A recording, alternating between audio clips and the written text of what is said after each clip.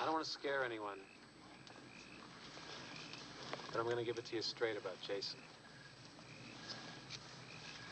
His body was never recovered from the lake after he drowned. And if you listen to the old-timers in town, they'll tell you he's still out there. I wanted to be in film, and I started first by getting jobs in local filmmakers where I grew up in Westport, Connecticut, far from Hollywood as possible.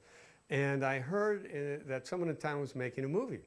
And I had been working as an assistant editor and a gopher and stuff like that. And so I chased this production down, which was a crew of about 4 or 5 people. And they had been shooting for a week. And I got myself a job, $15 a week, to do what anybody told me to do. And Sean Cunningham was producing, Wes Craven had written and was directing. And Victor Hurowitz, who is no longer with us, was shooting it. Last House on the Left. And they were shooting, I had some really good friends who were renting a house in this little enclave in Westport. And there were only supposed to be 2 guys in there. There were about 6 guys renting this house. And they rented it out to the production of Last House on the Left. So it was kind of a crazy mess, the whole thing. I think the title really helped. I think that the it's only a movie tagline, which was the first time that was ever used, was really clever. And for some reason, some people went to see it. Anyway, so that's how I met Sean, doing Last House on the Left, and Wes Craven, and we got along. I ended up Wes's assistant editor on there, and we just became sort of 3 of us were always together, working together, trying to get movies going, doing stuff in New York. We worked out of a building in New York City. When I decided I wanted to get into film and move back to Connecticut to do that, to be a Hollywood director, I just knew that's what I wanted to do, and I also felt that I needed to learn to do everything about filmmaking. And it's very different back there than it is in Hollywood, where everything is segmented. You've got an editing department, that's it. If you're going to go that route, it's really hard to move out of that. And in the New York area, it was very different. But I just started doing everything. And if anybody asked me if I could do something, I said yes. And then I'd go read a book. And I learned by doing. I mean, I did sound, I did editing, I did assistant camera, I did line producing, I did production management, I did assistant directing. I did everything. And kind of low budget, and some sports films and some educational films, but always with an eye of trying to learn what I could to move into directing. So, and I had to make a living too. That was the other thing, is I didn't want to, work in a restaurant, or I'd been a short order cook in Steamboat Springs, Colorado, to be a ski bum, and I wanted to stay in the industry of film. And so, and to make a living doing that, no matter how little I was paid, I didn't want to have to do another job. So I ended up having actually an editing business. I cut films for a bunch of companies in New York City, and then I was also a production manager, line producer type guy that I would get hired occasionally. But during all this time, I was always in touch with Wes and with Sean, and we were working on different movie projects. And we were just always together. And Wes was a very close friend. Sean was as well. I mean, we were together all the time. And Wes at some point moved out to California, and he was doing a TV movie with Linda Blair or something like that. And I had written a script, and Sean had taken that and a couple other scripts and went to California to try to get him financed, get some money to make these scripts. And he called me from California and said, I had a great idea for a title. And so he told me, that's a great idea, Sean. We had an ad made up, took out with our last pennies, a full-page ad in Weekly Variety saying our movie's going to be ready, and that was Friday the 13th. We didn't even have a script when we took out this ad in Weekly Variety. And anyway, so we ended up getting it made. Sean got the money from people who financed Last House on the Left, and we got the movie made. And I produced it with Sean. I was the line producer and also, worked on the script with him and Victor a little bit. And we got it done. Obviously, it was a big success. And Sean immediately got an offer from Paramount to direct, we want you to do a movie here. And he wasn't available to do the sequel. And Phil Scuderi, who controlled the rights, he was very smart about all this stuff. Street guy from Boston, kind of a brilliant man. Paramount only had the right for first refusal for distribution of any sequels. And so Phil called me up and he goes, Steve, I wish I could do a Boston accent because he did a great Boston accent. He said, Steve, we want to do the sequel. We have to do the sequel and I want you to produce it. Because we had a relationship and he trusted me. So I want you to produce it. I said, Phil, I'd love to. I'll do it if you'll let me direct. And I kind of like to say, I don't know if he knew the difference. He said, okay. But I think he really did know the difference. And I think he checked with Sean. And Sean said, oh, I know what happened. Sean said, sure. And then Sean called me up. He goes, I'll back you to direct this if you'll hire my wife as the editor. So I hired Susan, his wife, as the editor. And I went on to make this sequel, Friday the 13th Part 2. So that's how I got my first big directing gig. Jason's out there. Watching. Always on the prowl for intruders. Waiting to kill. For Friday the 13th Part 3, I came to Hollywood after I moved out to LA for the second time after I finished Friday the 13th Part 2. And I figured, all right, here I am. I'm a director. They're going to start giving me, I'm going to see all those good scripts. I'm going to get those jobs. Well, first of all, Friday the 13th was a total outsider thing. So I didn't know anybody in Hollywood. And everybody kind of looked down on that, I think, and also were somewhat jealous of the deal that we got on that movie with how much money the producers made on that movie. And so anyway, I wasn't getting any offers. I mean, I couldn't even get a Chuck Norris movie. So I was sitting around and thinking, what the hell? I didn't really want to do another Friday the 13th, but I thought, I got an idea. Friday 3 in 3D. So I called Phil Scuderi, who was the owner of the franchise and the financier. I said, Phil, Friday the 13th in 3D. He said, yes, great idea. Okay, and so that's what we did.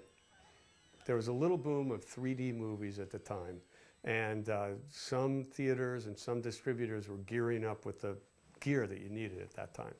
And Paramount was interested in pursuing this thing, converting theaters and having 3D as really a marketing gimmick. And so it just sort of fit in.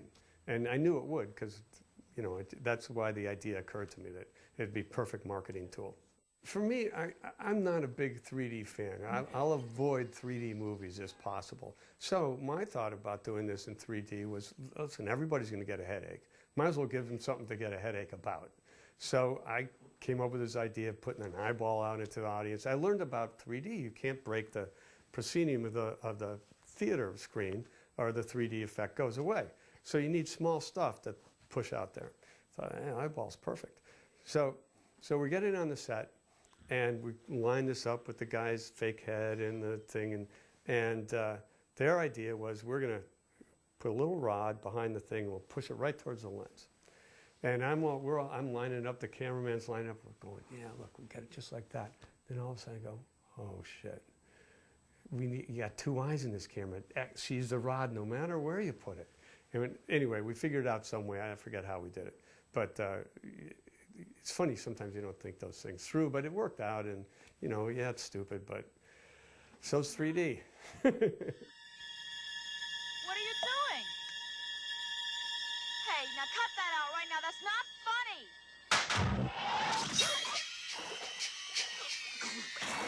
Okay, so I can't get a job after doing Friday the 13th Part 2. Then I can't get a job after doing Friday the 13th Part 3. And I figure, okay, well, that's because everybody thinks I'm a horror director and that's all I can do. And I don't know, and they're in Hollywood and they think I'm a rube from Connecticut or something. I have no idea. So I was actually lying in a friend's pool in the valley and I'm thinking, what the hell am I going to do? And then I thought, when I was a kid, there was a time when Godzilla was on every afternoon on the TV, and we would all watch it. I thought, that's it, Godzilla in 3D. So I had that idea, and I called up my lawyer, who was in New York. I said, I had some conversation with Toho Company in Japan about getting the rights to, and the Friday the 13th Part 3 had just come out. It was a big hit. I think it really did better than any of the other ones. And so I got in touch with this company, Toho, which owned Godzilla. We were able to put together this deal with Toho that I got the rights to Godzilla and some money from them to develop it. And I started trying to find a writer to write the script, and somehow stumbled across a sample script by Fred Decker. And it was a very clever time travel movie that I guess never got made, but it was very, very well written, good characters and funny and all that stuff. And so I got in touch with him through his agent and hired him to write Godzilla in 3D, and had it set up at Warner Brothers and various other places for a lot of different reasons. It never got made, but the script was fantastic, and I knew Fred, and Fred introduced me, and I got to know these guys called Pato guys, with Shane Black and a bunch of these other couple actors and a couple writers, and very talented, fun guys. And one of sort of the outside of that circle was this guy Ethan Wiley, who had written a spec script. And Fred said, you know, you should read Ethan's script. I think you'd like it. So I read House. It was called House. And I read the script and I go, geez, I get this movie. I can make a horror comedy. People will see that I'm not just a horror director. I'm going to get this made. And so I figure the best way to get it made, I'll call Sean, and he'll produce it. He wasn't doing, I mean, I don't know, he wasn't directing anything at the time. And it's a, slam dunk. It's me and Sean, and how's anybody not going to finance this movie? We got this script to the studio, of one of the smaller studios, said, okay, we're going to make this movie. So that Friday, I go buy a new car. Monday morning, they call, we're not going to make your movie. What the hell? How am I going to pay for this car? Anyway, so we ended up turning it around, getting it set up at the New World Cinema. And New World financed the movie and was very, very supportive. And, and the movie turned out, people liked it. He wanted me to warn you. Look upon this omen and go back from whence ye came. I have warned thee. Well, first of all, the reason I didn't continue on with the franchise, I was busy doing other things. I was doing pilots, but I think what I did immediately after was Soul Man. And through those writers, producers, I did Wonder Years with them, the pilot. But the main reason I didn't continue on is because I was working and doing other stuff. But I don't think I would have continued. I think I did what I wanted to do with House, which was to do something different from straight horror. And the only thing I felt I could get made was a horror movie. And the only way I could move on with my career was to make it different than every other horror movie. And I think nobody realized it was a comedy until it was done. I really don't think they did. And the studio didn't. They had no idea.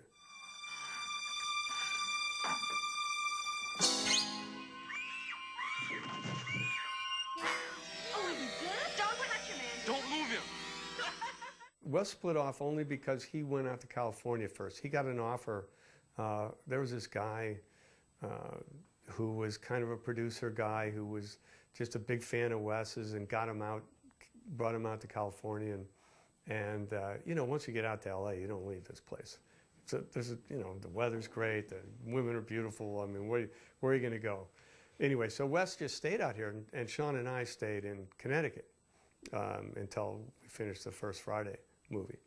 And actually I did the second Friday movie out of Connecticut as well. But we never split as far as being friends. Wes and Sean and I, we stayed friends But we all followed a different path. You know, Wes went on his path, and I went on mine.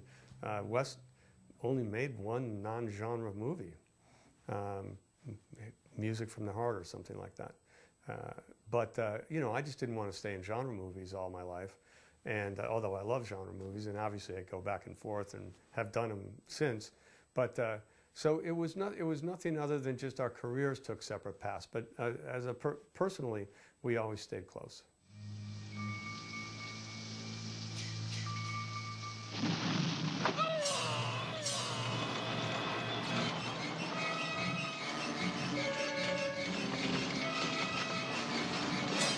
What got me back into the genre was the idea of doing Halloween H2O. I love the idea. First of all, I love Jamie Lee Curtis. We're very close friends, and I love working with her. And she had got Kevin Williamson, who I was very close to. I did the Dawson's Creek pilot with, and we were very close friends. And Kevin basically wrote that movie. He doesn't have credit for it, but basically he kind of wrote that movie. And so between Kevin and Jamie, I got back into H2O, into doing horror, Halloween. So there's two factions in the Halloween franchise. There's Miramax, which owned the distribution rights, and then there was Mustafa Akkad, who owned the rights. And so, you know, Kevin and I and Jamie told Bob Weinstein, listen, we're not going to do this unless we can kill Michael Myers. He goes, sure, I don't care what you do. I don't care. So, you know, we come up with this script where she chops Michael Myers' head off. Mustafa Akkad reads this script and goes bananas. He goes, Michael Myers is my favorite person in the world. You can't kill him. I mean, he's the golden goose to this guy, right? You can't kill him. You can't kill him. And we said, but, and then Jamie and I were like, what are we, and Kevin Williamson goes, I got it. Let us kill him if I write the first scene in the next movie that shows how he's actually still alive. Genius. So Kevin wrote that scene. Oh, and Jamie had to commit to act in it, and Kevin had to commit to write that first scene. And Kevin had a great idea, you know, how it would all work. And so we originally had no plans for, you know, anything but killing Michael Myers. In order to make that movie, we had to figure out how to resurrect him. Kevin said, well, I don't know, you know, in the movie that he's dead. Jamie knows he's not really dead. So she steals the ambulance and starts driving it away, and he comes alive in the back, and they have this whole thing. And Kevin said, well, obviously what Michael did was put the guard or somebody, the ambulance attendant, under that sheet and made it so he couldn't talk. And so she killed the ambulance attendant, not Michael Myers. And that's what they ended up doing for the next show. Sandra.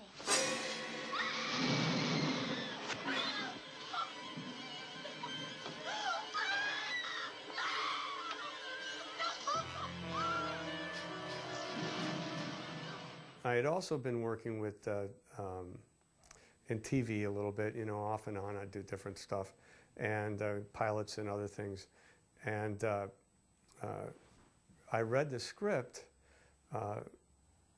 Lake Placid. It was written by David E. Kelley, who is probably one of the most successful and best TV writers in the history of TV. And I had worked with him in a couple of different of his shows. We were friends and became friendly, rather, because of my working on a couple of his different shows. And I think that's how I got the script. I think David gave me that script because he'd known I had done some genre movies. And I said, David, I want to do this. This is great. He said, okay, well, let's see if we can set it up with you. And so somehow, while I was finishing H2O, I got Lake Placid. And we were having trouble getting it financed because, unbeknownst to me, the script had already been around to all the different studios. I didn't know that everybody had turned it down. And I got it to my very close friend at the time. I mean, I've known him for so many years, Stan Winston, who was a really close friend of mine. And he loved the script. He said, and I said, you know, we just don't have it set up yet. I said, okay, I'm just going to make this crocodile. And he put probably $1 million of his own money into building this crocodile on spec at his studio in the Valley. I mean, a full-size animatronic crocodile. And it was beautiful, as you can imagine. And we, by this time, you know, a couple of producers were involved, and they brought in Canal Plus to Stan's studio. And there's this huge frickin' crocodile sitting on the bench, and they get it to move. I could tell right then we got the money.